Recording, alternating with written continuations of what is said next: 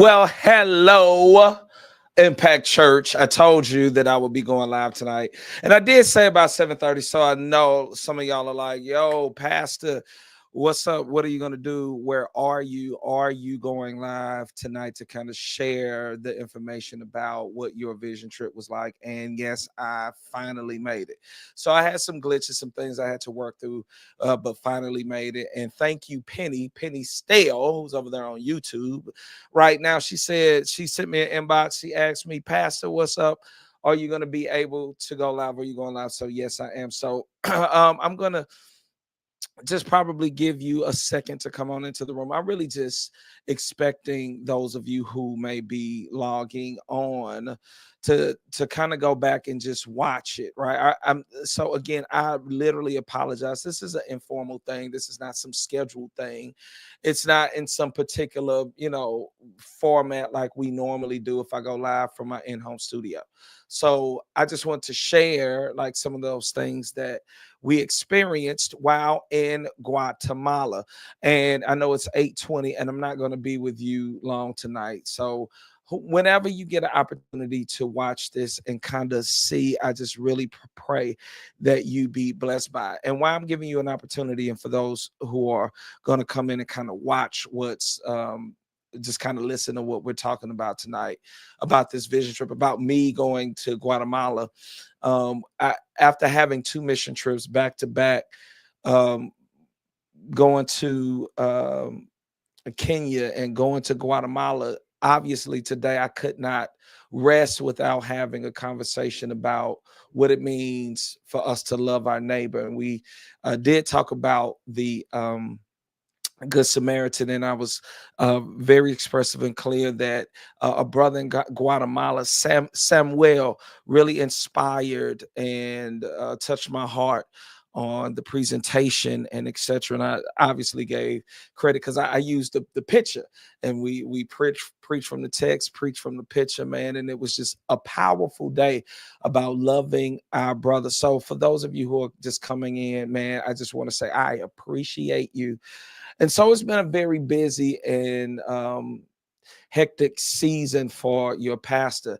And obviously, we talked today about how March is really going to be a lot going on with midweek services, moving to two services, starting a new sermon series, March Madness going on.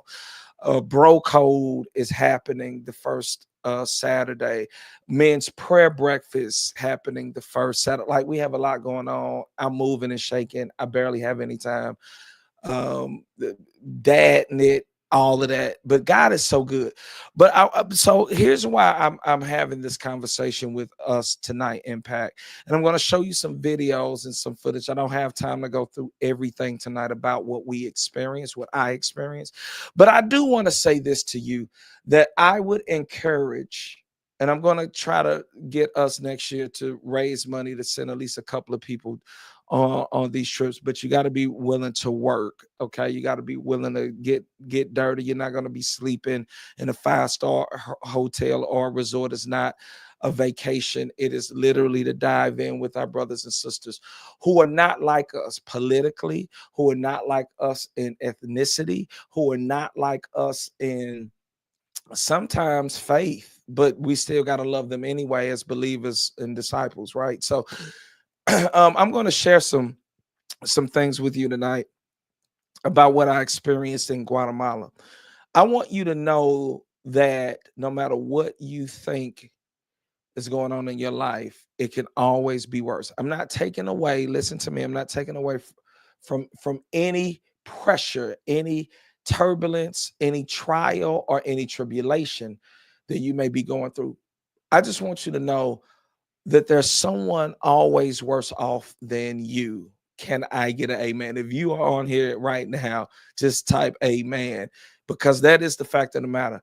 And when I show you some of the footage of how our brothers and sisters in Central America and some of these villages are living, you really ought to count your blessings and put aside all the nonsense, because this life we live in is short. Do you hear me?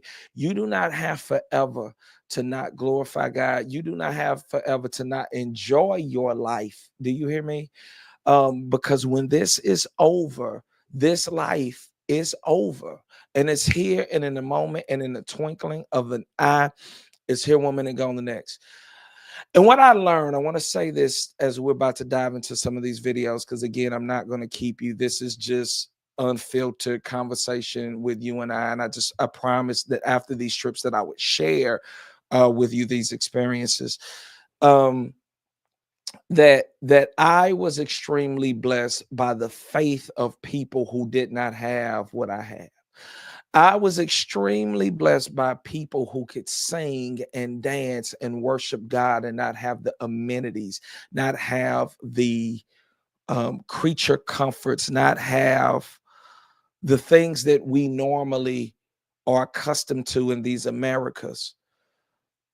There are some places we couldn't go or didn't go because there could be political unrest. There are areas that you know that we didn't go in, but where we did go, man, it was something to see. And again, as you're coming in, thank you, Crystal Henderson over there on YouTube. That God is amazing. And I want you to know that whether you're in Kenya, Guatemala, America, South America, Europe, and or Canada, God literally cares for us all. And I shared this in the message today that, you know, the same grace that woke me up is the same grace that got those people up and going every day. And when we break our cell phones, when we don't have all the money we want, we will complain and bring gripe against God when these people don't even have beds to sleep in. Yet they glorify the Master, and they have faith and they have hope. And it was a blessing to me. And it just really makes me see life is bigger than black and white. Okay. Life is bigger than social class. Our neighbors are our brothers and sisters who are created in God's image. Our brothers and sisters are other fellow human beings that we ought to give love to, regardless of color, creed, race, whatever. God holds us accountable, ladies and gentlemen, of how we love and treat our brothers and sisters. Okay. So now that I think I've given enough opportunity for those of you who are going to be on tonight, you probably go back and watch it later. This is unfiltered. You won't see any fancy clips and slides and etc. This is just your pastor talking to you. So I'm going to show you some of the things that I experienced, some of the things that I've seen. I'll explain some of this stuff to you, and just kind of go over what we saw. So here's one of them here. Let's see. Let me get this on here. So what you see here, we were just walking. Let me see if I could play some of the. Can y'all hear me? If you can hear me, just say I can hear you. So we were walking through one of the neighborhoods. We had just left a church, talking to a local pastor, and I'll like that was our group. Let me go back. Um, that was our group that we were walking with. And what you see there, that is their road. So that nice paved road. Thank you for letting me know you can hear me. That nice paved road, unpaved road that you saw, that literally was their street. So I know we complain about potholes, we complain about all kind of stuff. Like literally, that was their street. You see this right here? I'm going to play this right. And this somebody has some money. This right here, that house. That house is a big deal. So while you're complaining about the projects, while you're complaining, thank you, Brenda, thank you, Sandra over there on Facebook. Like that's someone's home, okay? And that was a very good home. And we've had so many experiences. And I tell you, when I say we're going to send some people. And that's the kind of stuff you're going to see. That's the kind of stuff you're going to experience. I'm going to show you some more in-depth stuff that you're going to just be like, oh my God, Lord, thank you for being that kind of to me. Now, I'm going to tell you this. I'm going to get this. It is a beautiful place. Do you hear me? Guatemala is absolutely beautiful. I got some phone calls. Now, let me get this part out the way, because I don't want any glitch on Guatemala, the country. It's a beautiful place with beautiful people. Now we had some wild experiences, okay? One, there was a bus that slid off. We didn't see it, but we saw it in the news. It came to us where 50 people died while we were there in a bus that slid, lost control and slid off a cliff. And it was like, oh my God, and people was texting me who found it, who saw it. And I was like, no, I'm good, I'm safe. And so all of those people passed away on that bus. And so we prayed for that group. When we got there, we weren't even there 10 minutes. The way people drive, the rules of the road, totally different than here. We pray for a brother. He got hit on a motorcycle. He was unresponsive. Don't know if he passed or not, but it was just a limp body laying on the side of the road. He had his helmet on, but they were calling people over. They couldn't. They were pressing on him to try to get him to wake up. So I don't know what happened, but man, I tell you, that was all within the first. The motorcycle. Like I'm like, oh my gosh, we just get here and we were saying like an accident, a potential death. Like whoa, what is going on? Man, I get to my my hotel room. Listen, y'all, I just want to get this out the way because now it's a funny story. You get to the hotel room, and that's why I said we're gonna send people next year. This is not this creature comfort of America that you think. Walk in the hotel room, first thing I see on the wall is a roach. I'm like, oh my gosh, gotta kill a roach. And you know those things will travel with you. I was like, okay. And then the next day, I pull the shower back. It's like a big wasp looking thing swinging around. I'm like grabbing the clothes in the door of the bathroom, swinging the shoe, trying to kill it.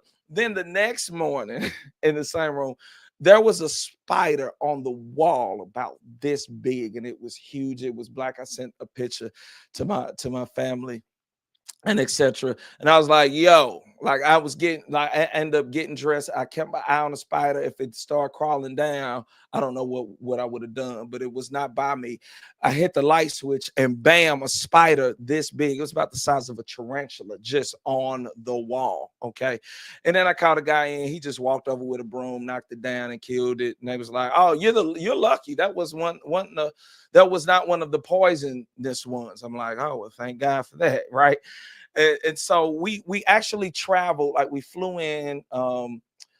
I flew in from St. Louis to Houston, from Houston to Guatemala City. We ate in Guatemala City. That was the more populous area. Then we drove like a couple of hours to the village that we were in, and all those like critter things I was talking about was in the first village that we were in. Then we went another hour out to another village. So we were like all over the place of Guatemala. It was like traveling, like you come to St. Louis and then you travel to Chicago, you travel to Kansas City, you travel down to Little Rock, Arkansas. It was like that. So we were in different places of the country. So we weren't just in one place. And so by the time we got done, I think we checked into like 3 different hotel rooms. Okay. And so I just want to say that because like it was like a lot. Like I got tagged as the guy, like, all right, Ryan, what kind of animal critter you're gonna have in your room today, right? And so we made a joke out of it. But but I do want to send some of our people next year. And I showed you again this because this was a good house. That house that I showed you right here, that's a huge house, as a matter of fact. Okay. So I'm gonna take that out. I'm gonna show you something else. And again, this is not like super formatted, but I'm gonna share some other experiences with you that we saw.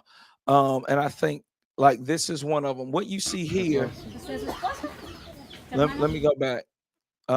What you see here is after we did a let me pause it. After we did a well dedication, I posted that one on my page, so I didn't put it here, where there was actually a completion of a well by Living Water. And let me say this: Living Water is absolutely fantastic. They are phenomenal. I did not bring any pets home, by the way. I was in an episode of yeah, it was close to that, Crystal. It was real close to that. Um, after the well dedication that I had posted on my page, we left there and we walked through these neighborhoods. We walked through these villages. We talked to people. And I'm going to show you in a minute one place that we went to that was it just really touched my heart, and I want to share what this group did. And I want to just share that Living Water International is a fantastic. What they do is they focus on fresh water. That's their thing, and they try to get water wells dug for communities that do not have water. You don't understand how many places in this world do not have access to clean water.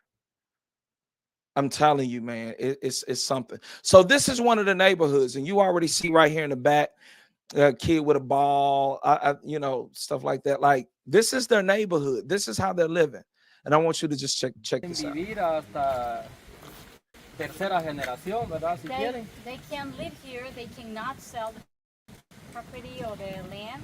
They No. can live freely here. No hay ningún costo para vivienda They acá have de any parte de la cost pública.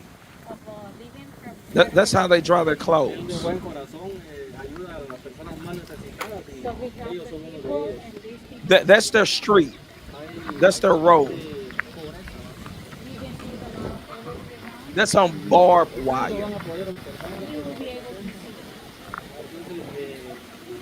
Caminamos ahí para que Sí, vean. ellos también quieren orar. ¿Por qué les pasa orar? Perfecto, gracias.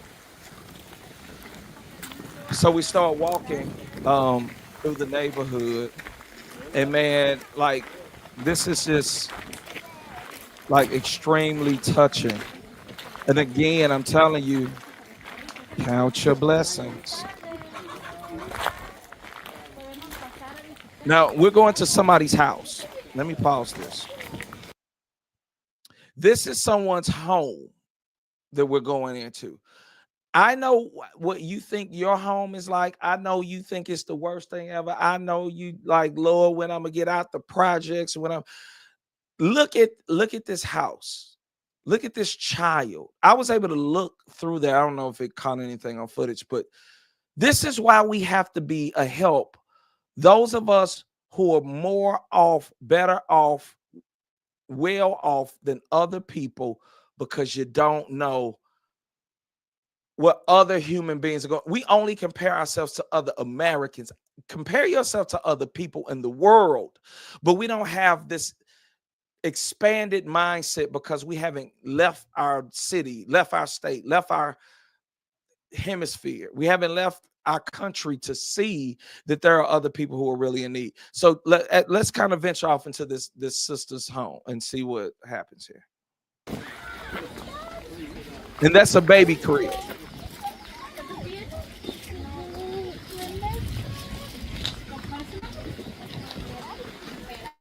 So you can come, she's a baby, has 9 months. And we worried about germs. Valerie. We worried, and I'm not saying that's not important, but look at how she's living. So they're one of the families that live here. ¿Ustedes tienen pozo? Todavía no, ¿verdad? No, y con el agua, ¿cómo le hacen? So they don't have a well in home, so they have to take water from the well that we already. Right. How many days has that well been in use? Or How, well? how long? The well, yeah. Only a week. Yeah. We Okay. did a dedication today. They finished the well last week. Last week, okay. That's why we did a dedication. That's awesome. ¿Usted es su esposo? ¿Tu hermano? Su hermano. He's a brother. I thought it was a husband. Okay, so queríamos preguntarte si tienen alguna necesidad de oración que quieran que oramos por ustedes, por Valerie o por mí. Quisiera que oráramos por ustedes. ¿Por qué quieres que oremos? Por ella. Okay, so she wants us to pray for Valerie. So let's come and pray for Valerie and her family. Okay.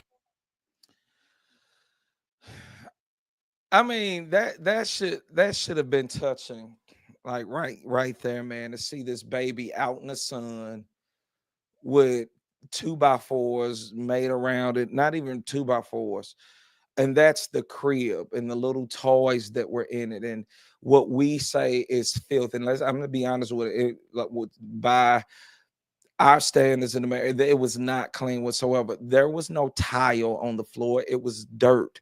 They had hammocks. There was no mattress. This is how they slept. Like where those boys were sitting on the earlier, those were the outhouses where you went and used the restroom, and they were just playing around it. You saw where the clothes, right, where let me mute it. You saw where the clothes were just hanging on barbed wire. You see where the kids are playing. Look at their feet and their shoes. Like, this is what they wake up to every single morning, right there where they burn trash right up under it. And I mean, and they have to go to wash stations. I posted on my page where they went to what they would call or consider a laundromat. And they were washing clothes at a wash station where they could get water to it. And it was a little baby scrubbing. Like, I mean, the baby probably was 2, scrubbing clothes. Our driver, beautiful brother Barbaro, he's been with Living Water 10 years. Before that, he was like selling vegetables and stuff on the side of the road. You see that all the time, for 10 years. And he's only 30. He went to work at 10 years old carrying pounds and pounds of baskets of fruit.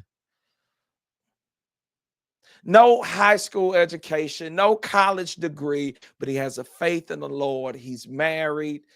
He works hard every day, and not one time did they complain. That's Judy, who's our interpreter and our lead, the sister right there in that hat and the glasses. She is a phenomenal young woman, man. She was amazing, loving and kind, and just really empathizing with people and really loved Jesus. And so again, we just don't know what people are going through. Let's see what this is here. Oh, I'll get to that. Well, no, I can do it now. Check this out. What you're about to see now is Samuel, who inspired today's message. He's talking. We went and sat with a bunch of local pastors, because in that community, listen to me, they were uncertain and unsure why people wanted to come in and help them get water. And so they signed off on a petition, those pastors in that community, to let Living Water come in and do well work. And they partner with Living Water, because initially they could not come in that community because those leaders thought that Living Water International and those who work for them were the Antichrist, because they didn't understand why somebody wanted to come in from America to help and bless them. And they thought they were the Antichrist. So what you're about to see is a bunch of community leaders. Let me see if I could show you us hanging out with them first. You're going to see they had a lot of machetes, they had sticks, they had stuff like that. Because they would use the machetes as a sign of authority and power. It's like having a handgun. They had sticks that was like billy clubs, and those people were people who were in leadership or enforced law. And these are some of these people here, and they were also some pastors. Let's see. Ellos son miembros de la auxiliatura municipal. And we probably Y walked nos acompaña un 4 grupo de miles. pastores que está visitando Guatemala para conocer el trabajo de Living Water. And we are with a group of pastors that is coming here to know what living water work is. El grupo está encabezado y liderado por una persona que trabaja para Living Water en Estados Unidos. Voy a dejar que él se presente por sí mismo. This team is being led by a person who works for Living Water, and I'll give you time for introduce Hola, my name is Andres. So that was just us meeting those local group of pastors that I was talking about.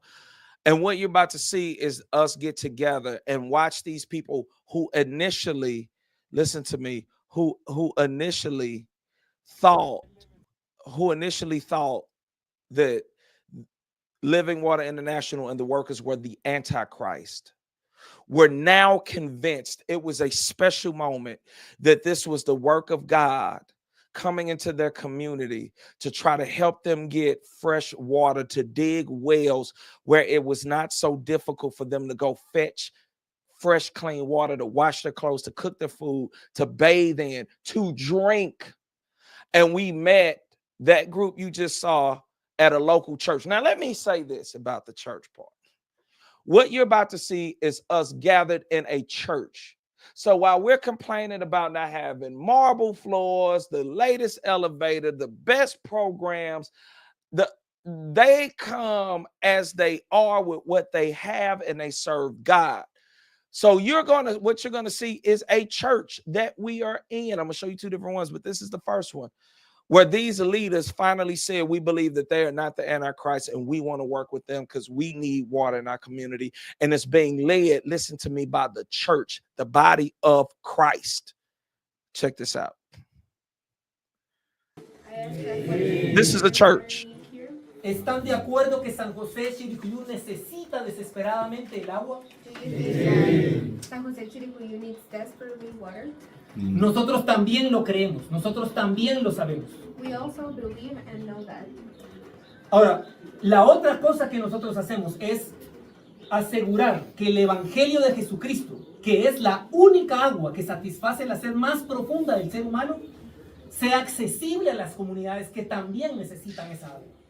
We also know that the gospel of God is the one who truly satisfies the deepest thirst. And we want to do that and to be accessible for everyone. Así que les tengo otra pregunta. So I have another question. ¿Ustedes creen que el Evangelio de Jesucristo, la palabra de Dios en la Biblia, es el agua que también necesita San José Chiricuyú? Do you think that the gospel of God and the word of God is something that San Jose Chiricuyu truly needs? Las iglesias. So I'm gonna play that one more time, just without the words.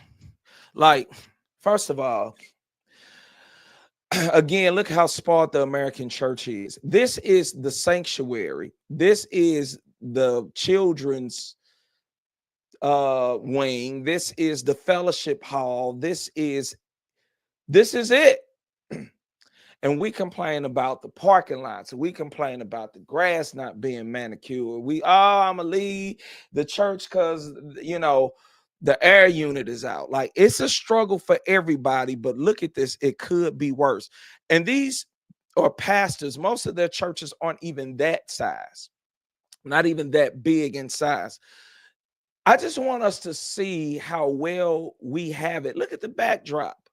For us, that's a big screen. That's a LED. That's at my church. That's the lights and the fog system and the cameras roam. Like I'm not taking for granted, man. We have it good.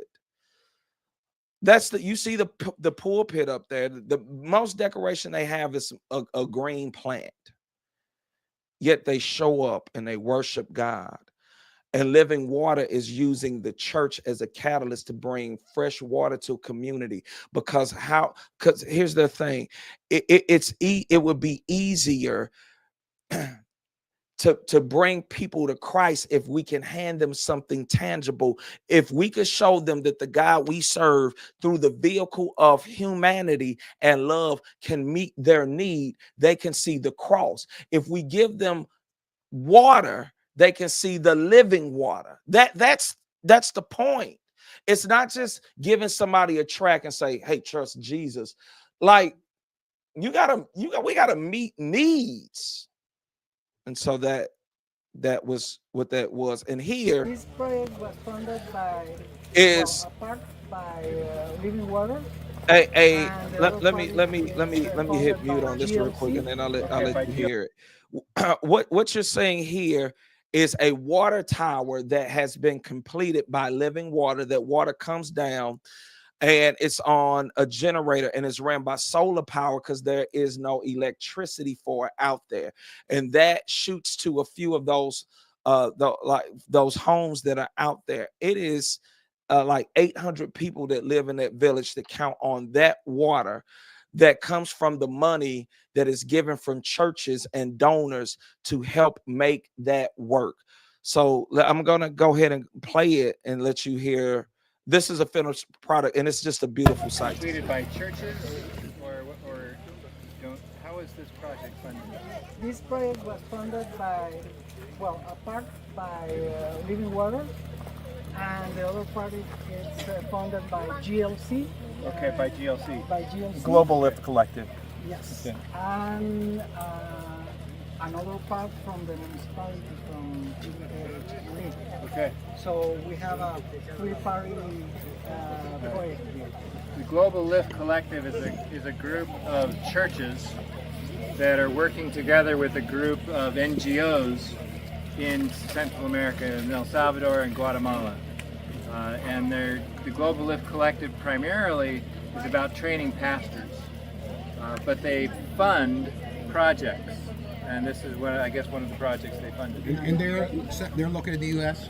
Global Lift Collective is U.S. Yeah, it's like Life Church, Northridge Church, Willow, Okay. and some other large churches. Well, our church is part of it. Your church And is Oak part Hills. Yeah. I forgot. Cool for you to see this. Now so let me say this. Let me say this real quick. No, I'm gonna save it to the dead end because we got 10 minutes at most, and I'm gonna let you go. But the church did that. The church that the world criticizes,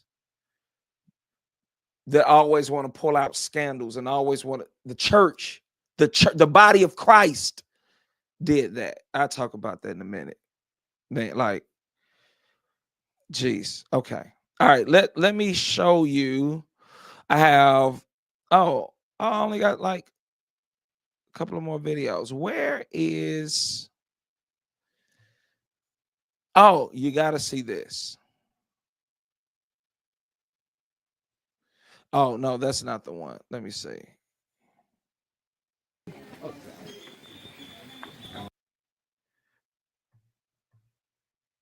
Oh yeah, this was us walking through the neighborhood. I want to share. I got to share this with you. Look, now these are people Here, homes. what they don't pay yet is they need to pay their rent. Now I want you to see this. This is us walking through homes in a neighborhood, and I'm going to explain to you what happened here. This is powerful. So the funeral is right here. What they don't pay yet is they need to pay the rest of the money for the guy. They're already having the funeral? The rest of the money for the funeral and the cemetery.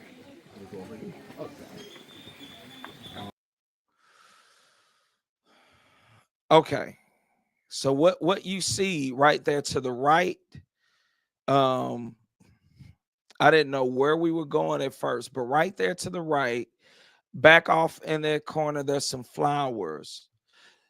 There was listen to me, y'all. There was a casket. We were going through the villages, and that day we were going through that village, and there was a woman there. Oh man, I want y'all to hear me. If y'all still on there, just say I'm here, Pastor. Just say I'm here, Pastor. Let me know that you're still here, because I know this is like not really interactive, but I will interact with you. Just say, I'm here. What you saw right there that I showed you in that clip, there was a woman who died the day before. The family she was still at the house. Now, thank you, Natasha. Thank you, Penny. Thank you, Denise.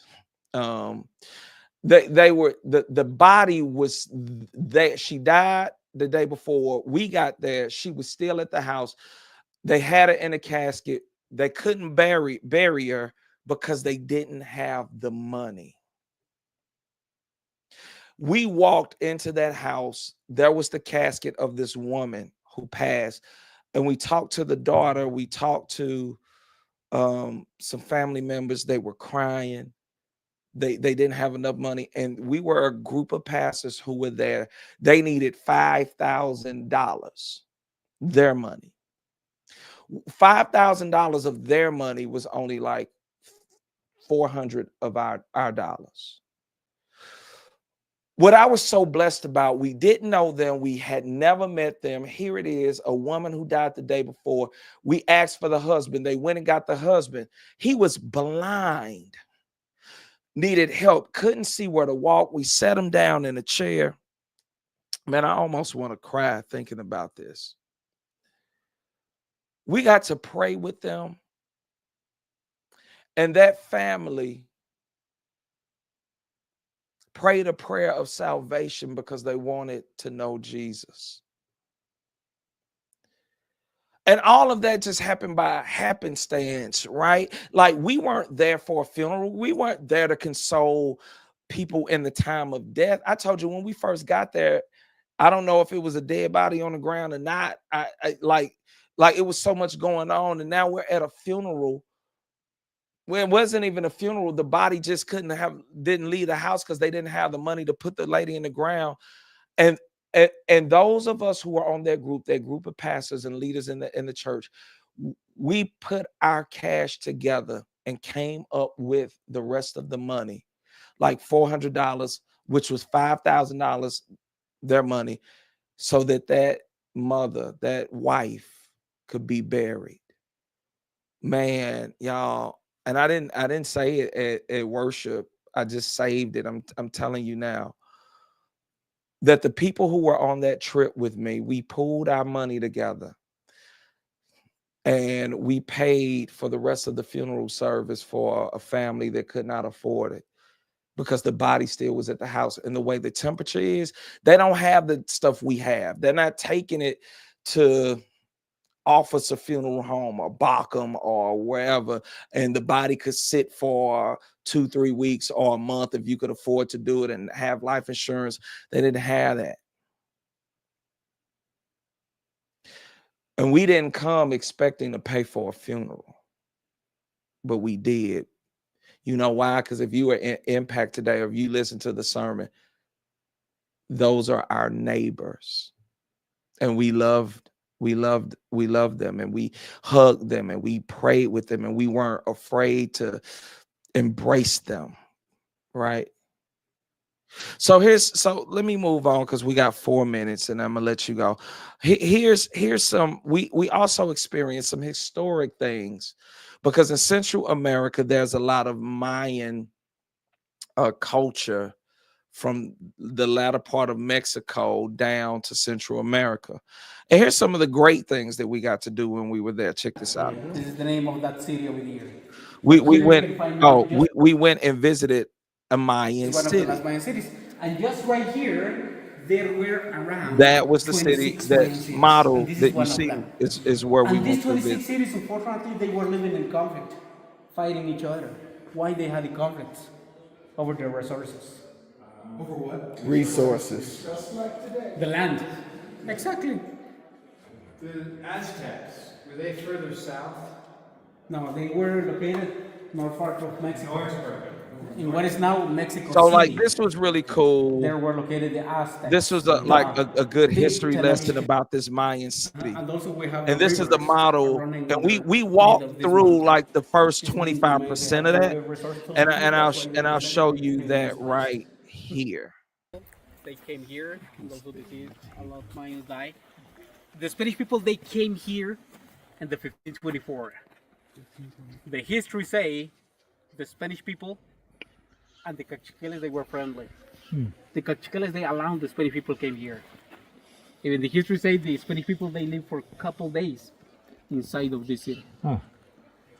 They live for a couple days here, and also the Cachiqueles, they share food with the Spanish. And also the history say the Spanish people, they obligate these Mayans had one alliance, but they don't like this idea. The Mayans, they don't like that idea, and the Spanish people, they get out, and the leaders from here, they sent like a 200 warriors with the Spanish to destroy other Mayan cities outside. And the Spanish people, So what you see there was this huge Mayan community, and those bricks, that land is where they set up back in like the 14th and 15th century, so the 13th and the 1400s. And we got to see where they did like human sacrifices and like totally amazed at the structures. Now, a lot of this stuff was knocked down by colonizers. Uh, White Spaniards came in, and that's what he was talking about. And pretty much they duped him. And he was just very honest and clear about what happened to their history and their culture. We saw where they had their like what we would consider like Olympic Games. Um, some of those hills, like they weren't Christian, okay? So they had like a deity, but they also believed in energies from the sun, from the moon, from the water, and etc. And so he was having a conversation with us about uh, really just how the Mayan culture was sabotaged in some sense by Spaniards, and they kind of took over. The Spaniards came in and bombed, like set fire to all of like their stuff to take control to bring them into a treaty. And it was, I mean, you know, we know how this story goes. We know what that looks like. Let's not even fool ourselves, right? And so that was some of the historic stuff that we saw. Here's the last thing, because I'm going to close out with this because it's 9 o'clock and I'm going to let you go. Oh, I need to get rid of one of these videos, and I'm gonna see if I could pull in this last one because I just thought this was simply a blessing. Let's see if I could get this up here, and I won't play the whole thing, but let's see if I can get it up. All right. So she's Maria Valenzuela. She has 24 years old, and she's the pastor of this church. Now let me pause right there. She is 24. She is a pastor. And what you see is her church. What you are looking at behind her is her church. This is what I was talking about today about theological backdrop, right? God used this woman to lead, and she only has 10 members, and that's her church. And from her and the 10 members, they connected with living water. They were the first one in that region of their village to get fresh water. Now everybody's like, oh, wait a minute. So first of all, lesson learned. You don't have to have a lot to make a huge impact. And then while we're so caught up on who is able to do what in ministry, God used a woman to lead, to bring resources to a community who needs it. She has a most fascinating story. First of all, she's a woman. America, that's against. She's 24. She's young. That's against. She's single. That's against. No children, no family structure. We're against it. Yet God used her to share the gospel through connecting with people to get the right resources. This is why you cannot count out who God decides to use.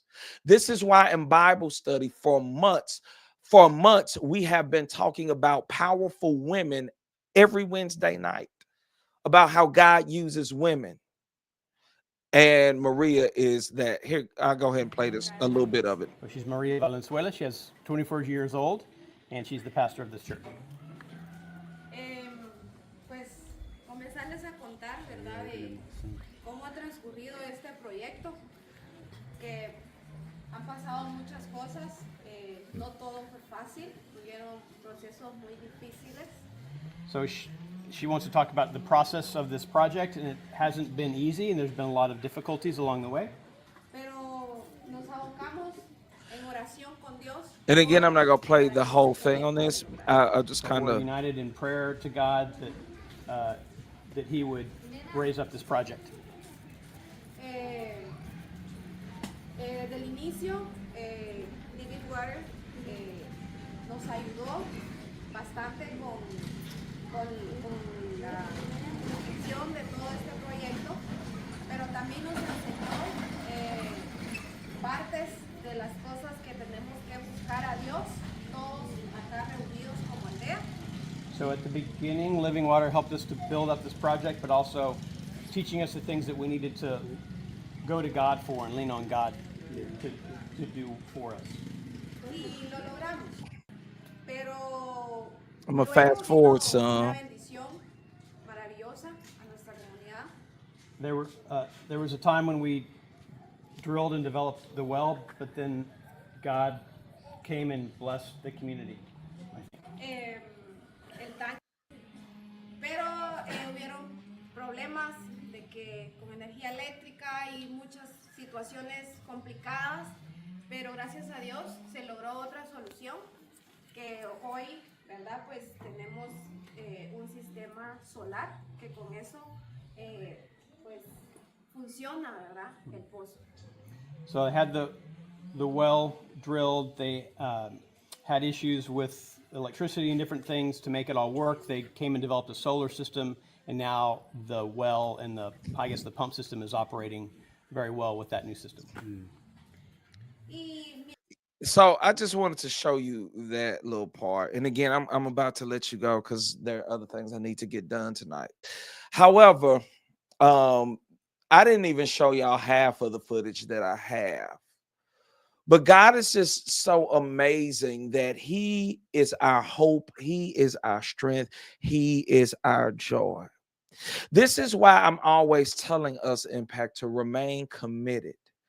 You're not committed to comfort. You're not committed to convenience. We are committed to Christ.